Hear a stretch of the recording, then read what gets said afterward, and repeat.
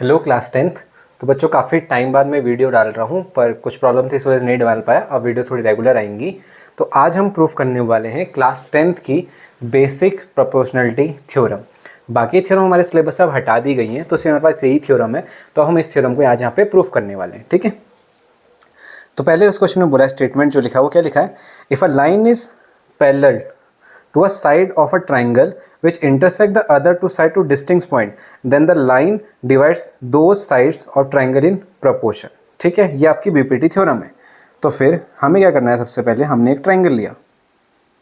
ठीक है बच्चों,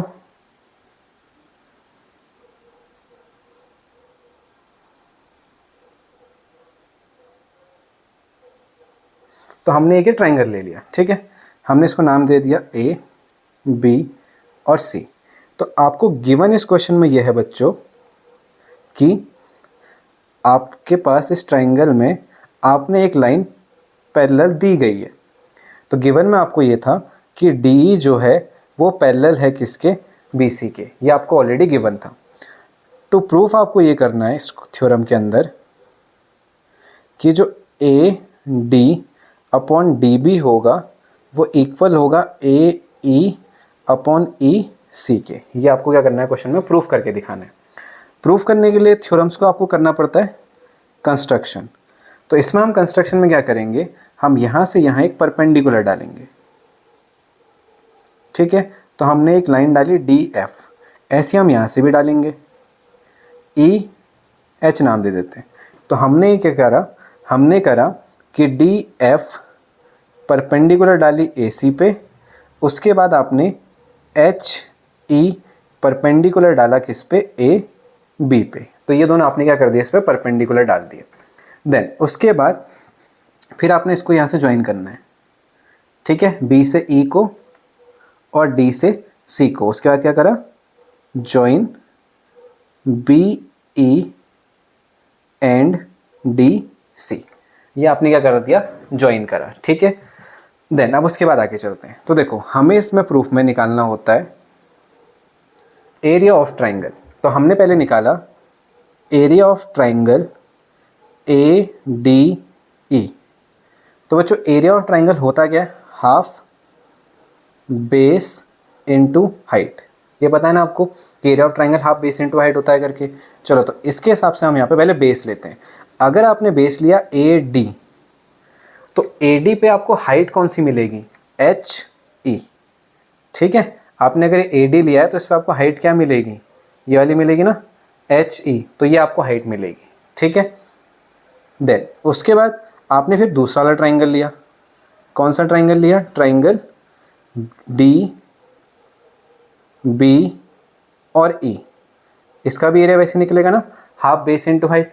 अगर हम इसका बेस मान लेते हैं, मान लो बी और डी, ये तो हुआ।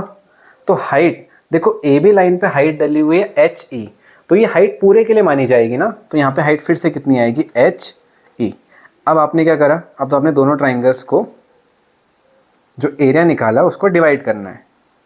ए डी को डिवाइड किससे कर दिया, area of triangle D B E से। तो बच्चों हाफ से हाफ कट गया। ठीक है, ध्यान से समझना, हाफ से हाफ कट गया, एच ई से एच ई कट गया। तो क्या बचा आपके पास इस टॉपिक के अंदर, ऐसे आप एग्जाम में काट मत लेना, बस समझो यहाँ पे। तो क्या बच गया आपके पास, ए डी और क्या बच गया, डी बी। ये आपके आगे पहले इक्वेशन। यहाँ तक समझ में आया ना आपको इस बात को।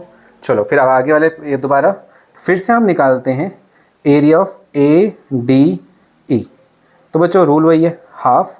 अब बेस एक काम करते हैं, इधर से मानते हैं, किधर से, इस दूसरी साइड से, ये ए की तरफ से। तो हाइट कौन सी माननी पड़ेगी उस समय, ये जो बेस मानोगे ना उसी पे जो परपेंडिकुलर आएगा उसी को आप हाइट भी मानोगे, ये भी ध्यान रखना।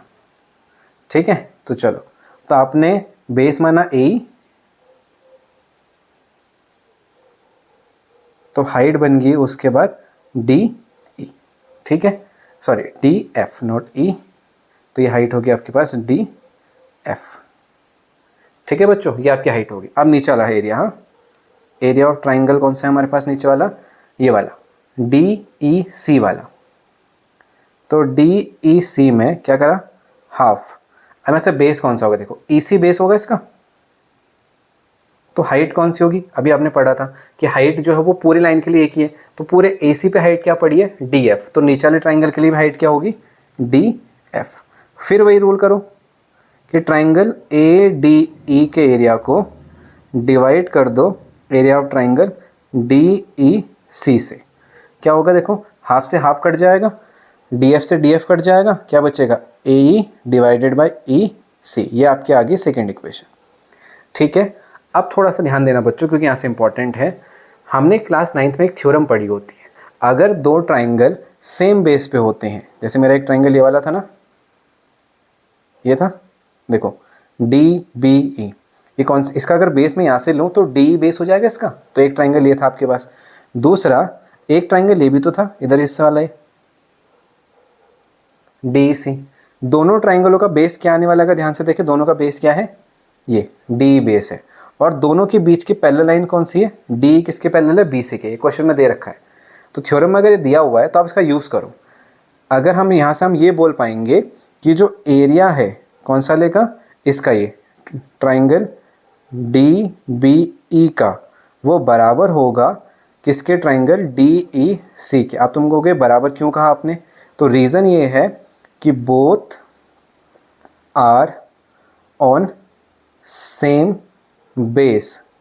ठीक है, DE दोनों ट्राइंगल जो सेम बेस पे, and between the same parallel line.